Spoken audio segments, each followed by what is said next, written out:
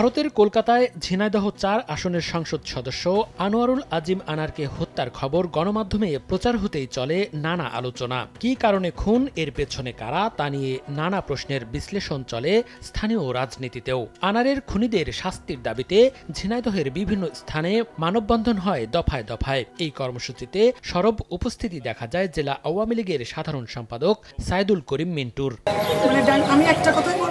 শুধু বিক্ষোভ, মানববন্ধন নয়, বাবার হত্যাকারীদের বিচার চেয়ে যতবারই আকুতি জানিয়েছেন, প্রায় প্রতিটি সময়ই আনার কন্যা ডরিনের পাশেই দাঁড়িয়েছিলেন তিনি। মাত্র কয়েকদিনের মধ্যেই পাল্টে গেল সেই চিত্র। এতদিন যে ঘটনায় বিচার চেয়ে রাজপথে ছিলেন, এবার সেই ঘটনায় সম্পৃক্ত থাকার অভিযোগে গ্রেপ্তার হলেন মিন্টু। এ যেন সিনেমার কাহিনীকেও হার মানালেন তিনি।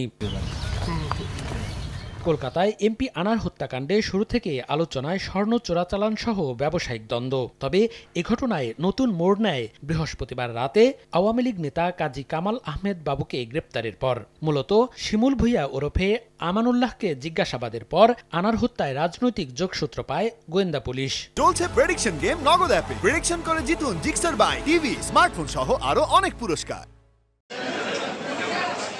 বাবুকে জিজ্ঞাসাবাদের পর 11 জুন ধানমন্ডি থেকে ঝিনাইদহ জেলা আওয়ামী লীগের সাধারণ সম্পাদক সাইদুল করিম মিন্টুকে গ্রেপ্তার করে ডিবি। আনারকে খুনের উদ্দেশ্যে অপহরণের মামলায় তাকে 8 দিনের রিমান্ডে দিয়েছেন আদালত। সাবেক এই পৌর মেয়র গত সংসদ নির্বাচনে আওয়ামী লীগের হয়ে ভোটে লড়তে চেয়ে ব্যর্থ হয়েছিলেন।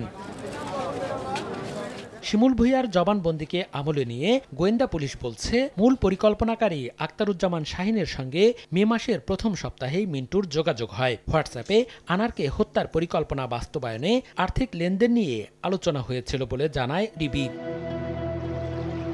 এমপি আনার চিকিৎসার উদ্দেশ্যে গত 12 মে কলকাতায় যান। পরদিন দুপুরে যান কলকাতা নিউ টাউনের একটি আলিশান ফ্ল্যাটে। সেই দিন ওই ফ্ল্যাটে হত্যার শিকার হন এমপি আনার। লাশ টুকরো টুকরো করে ট্রলি ব্যাগে নিয়ে বিভিন্ন স্থানে ফেলে দেয় হত্যাকারীরা। মনিরুজ্জামান প্রান্ত, সময় সংবাদ।